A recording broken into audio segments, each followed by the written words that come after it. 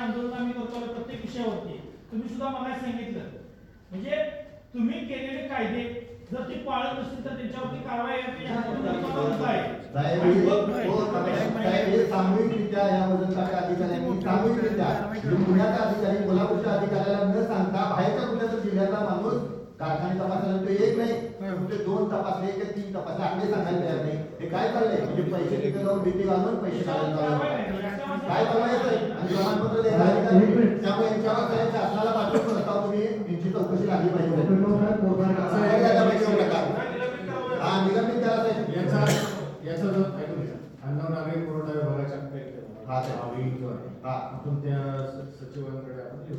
अतिशय भारी यार गोष्टी नका साहेब.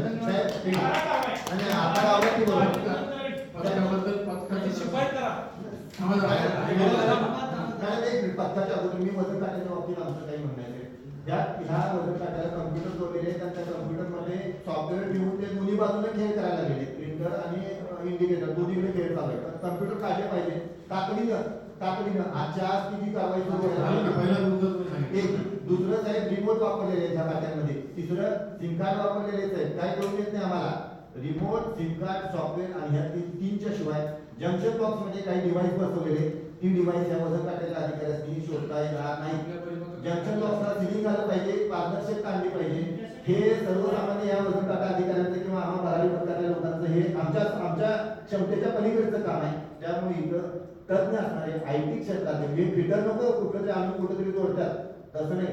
ज्याला प्रोग्राम करतोय ज्याला डिझाईन करतोय अशी लोक यामध्ये सहभागी करून भरारी पथका सोबत त्या लोकांनी कारखान्याच्या सोबत या कारखान्यामध्ये यावं आणि ह्या कारखान्याची पारदर्शकता समोर आणावी. त्यासाठी तुम्ही तातडीनं आयटी इंजिनियर त्याच्यामध्ये नेमले पाहिजे ही आम्ही मागणी करतो. आणि ह्या लोकांच्या चौकशीतून लागा म्हणजे आज तर आजच्या घटनेत सगळ्यात मोठी गोष्ट आहे. पुण्याचा अधिकारी कोल्हापूरला फक्त कोल्हापूरला नसेल तर वेगवेगळ्या जिल्ह्यामध्ये माणसं पाठवून प्रमाणपत्र वाटून पैसे गोळा करायला लागला आणि इथं कोल्हापूरवाल्याची माहित नाही. तुमच्या एक मुद्दा माझ्या लक्षात आला. आपल्या पथकामध्ये शेतकरी प्रतिनिधी पण आहेत. हो शेतकरी प्रतिनिधी मग त्या वेळेस त्यांनी पण निदर्शन आणून द्यावं. प्रतिबंधात्मक त्या स्टेजला त्यांनी लक्षात आणून दिलं साहेब. हे अधिकारी अगोदर सांगतात त्या दिवशी काय होत नाही दुसरं आम्हाला काहीच माहित नाही होतं. आणि पथकाचं तुम्हाला काय जिल्हा